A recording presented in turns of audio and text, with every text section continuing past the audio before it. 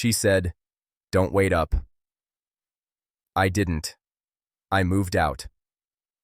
That night. I'll never forget the exact moment it happened.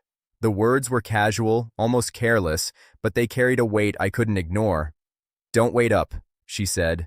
At the time, I thought she meant what most people mean. She was tired, had a long day at work, wanted to go to bed early. Simple, innocuous, normal. But there was something in her tone that night, something cold, distant, detached, that I hadn't heard before. It was as if those words weren't about sleep at all. They were about me, about us, about the life I thought we shared. Her name is Rachel. We had been married for 5 years. On the surface, everything seemed fine. Bills were paid, the house was neat, friends liked us, family approved. We smiled at dinners, laughed at inside jokes, and celebrated anniversaries with the kind of fondness that fools you into thinking nothing is broken. But I had felt it, in small ways. The little distance in her touch, the lack of enthusiasm in her voice, the sudden interest in her phone. I brushed it off at first. Stress, I told myself. Work pressure. Fatigue. Maybe I was imagining things. That night, she left after saying those words. She kissed me on the cheek, smiled faintly, and walked out the door. I watched her go, confused, feeling a flicker of unease. Normally, I would have gone to bed, waited for her return, trusted her implicitly, but something inside me snapped. I didn't wait. I stayed in the living room for a few minutes, just long enough to calm my racing thoughts. Then I went into our bedroom, packed a few essentials, slipped cash into my pocket, grabbed my keys, and walked out. No argument. No confrontation. No drama. I left quietly, like someone erasing themselves from a place where they no longer belonged. The realization hit me gradually that night. The way she said, "Don't wait up," wasn't about sleep. It was a subtle farewell. A coded message that she had already decided, without a word, that our life together wasn't what she wanted anymore. The next morning, I confirmed my suspicions. A mutual friend called, hesitating, then said it carefully. "I think you should know. Rachel isn't coming home. She's with someone else."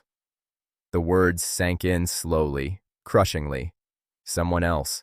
Someone she had chosen over me, over us, over everything I thought mattered. I didn't call her. I didn't text. I didn't demand an explanation, because I already knew it.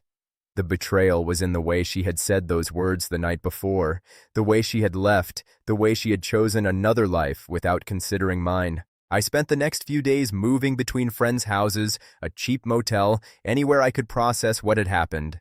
Memories that had once brought me joy now cut deep. Every anniversary, every laugh, every quiet night we had shared became a reminder of the person I thought I knew and the truth I had finally uncovered. Friends and family were shocked when they learned I had left so suddenly. "Why didn't you confront her?" they asked. "Why didn't you fight for her?" Because fighting wouldn't have saved us. Confrontation wouldn't have restored trust that had already been destroyed. Her choices had sealed the fate of our marriage long before I walked out the door. Months passed. She tried to reach me. Texts, calls, even showing up at my apartment. She said she was sorry, that she made a mistake, that she loved me and wanted to fix things. But the truth is, the moment you catch someone betraying you, and they treat it with casual disregard, it changes everything. I didn't respond, not because I was cruel, but because the betrayal had already spoken for itself. Actions, not words, reveal character, and her actions had chosen someone else over me. Eventually, I rebuilt my life. Slowly, painfully, but surely. I moved to a new apartment, found new routines, and focused on myself. Every time I thought of that night, the words, "Don't wait up," I didn't feel anger anymore. I felt clarity. She didn't leave me. She revealed herself. She showed me, without shouting or fighting, what she truly valued, and it wasn't our marriage. And in that revelation, I found my freedom. Walking out that night wasn't the end. It was the beginning of reclaiming my dignity, my self-respect, and my life. Sometimes betrayal isn't dramatic. Sometimes it's as simple as a few casual words. And sometimes the bravest thing you can do is leave quietly and never look back.